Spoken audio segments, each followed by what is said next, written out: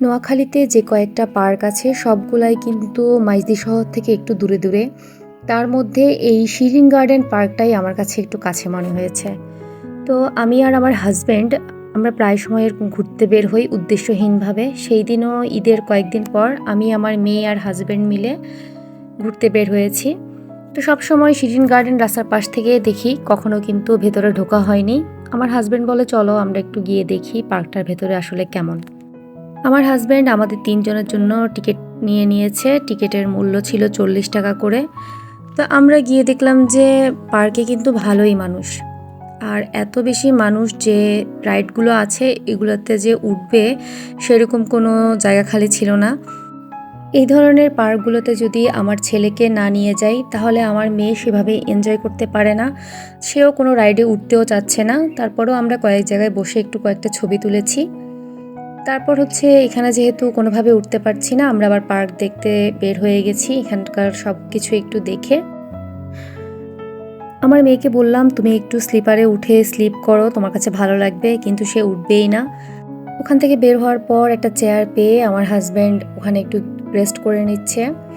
তারপর আমরা আসলাম একটা টানেল দেখলাম, শিরিন গার্ডেন টানেল। আমার মেয়েকে বললাম তুমি এক পাশ দিয়ে টানেলে ঢুকো আর মাম্মা আরেক পাশ দিয়ে যাই, তোমাকে ভিডিও করব, দেখি কে আগে পৌঁছাতে পারে।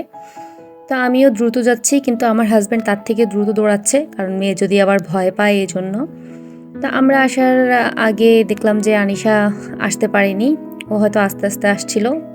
যেহেতু প্রথমবার আসছি তাই আমরা চেষ্টা করছি অন্তত সব জায়গা সম্পর্কে একটু জেনে যাওয়ার, দেখে যাওয়ার। অন্য সময় আরেকবার প্রিপারেশান নিয়ে আসব, একদম সেজে গুজে আসবো ভালো মতো ছবি তোলার জন্য। পার্কের এই মাছগুলো দেখতে অনেক ভালো লেগেছে। আর এইখানে একটা ছোট লেক আছে যেখানে ইচ্ছে করলে এরকম ছোট ছোট স্টিমারগুলোতে ওঠা যাবে। তো আসলে আমরা খুব একটা কোনো রাইডে উঠিনি। তারপর হচ্ছে আমরা চলে গেলাম সেই লেকের মাঝখানে ওয়াচ টাওয়ারের মতো একটা জায়গা।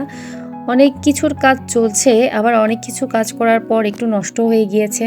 আমি আসলে ঠিক বলতে পারি না যে এই পার্কটা কখন হয়েছে, যে অনেক কিছু পুরাতন হয়ে গেছে। আর আমাদের বাঙালির তো একটা স্বভাব আছে জানেন না, যেখানে যায় ময়লা ফেলা।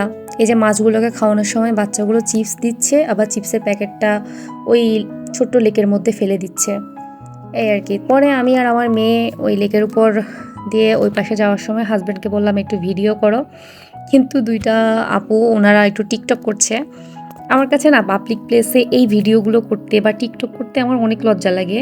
আমি যদিও ওভাবে টিকটক করি না, টিকটকটাকে আমি মূলত একটা এডিটিং অ্যাপস হিসাবে ইউজ করি। তারপর আমরা চলে আসলাম আরও একটা সাইডে, এখানে কিন্তু সবগুলো অংশ ভাগ ভাগ করা, এবং এই সাইডটা আমার খুব ভালো লেগেছে। এখানে ছোট ছোট ঘরের মতো একটা শেপ দিয়েছে, জানি না এটাকে কি রেস্টুরেন্ট হিসেবে ইউজ করবে নাকি কিভাবে কি করেছে, তবে আমার কাছে অনেক ভালো লেগেছে। এখানে ওরা বাবা মেয়ে মিলে একটু বসেছে। এখানে আরেকটা সুন্দর একটা মূর্তি দেখেছি, ঈগল পাখি, খুব সম্ভবত এটা একটা বলের উপর ঈগল পাখি। তারপর সূর্যমুখী দেখতে পারলাম। এগুলো হচ্ছে এখনকার তো সিজন না, এই জন্য এদের বডি অত হেলদিও না। যাই হোক, সেদিন আমরা পার্কটা মূলত দেখে হেঁটে হেঁটে চলে আসলাম। তবে সব বয়সী মানুষ এত এনজয় করছে যেটা দেখে আসলেই আমার খুব ভালো লেগেছে।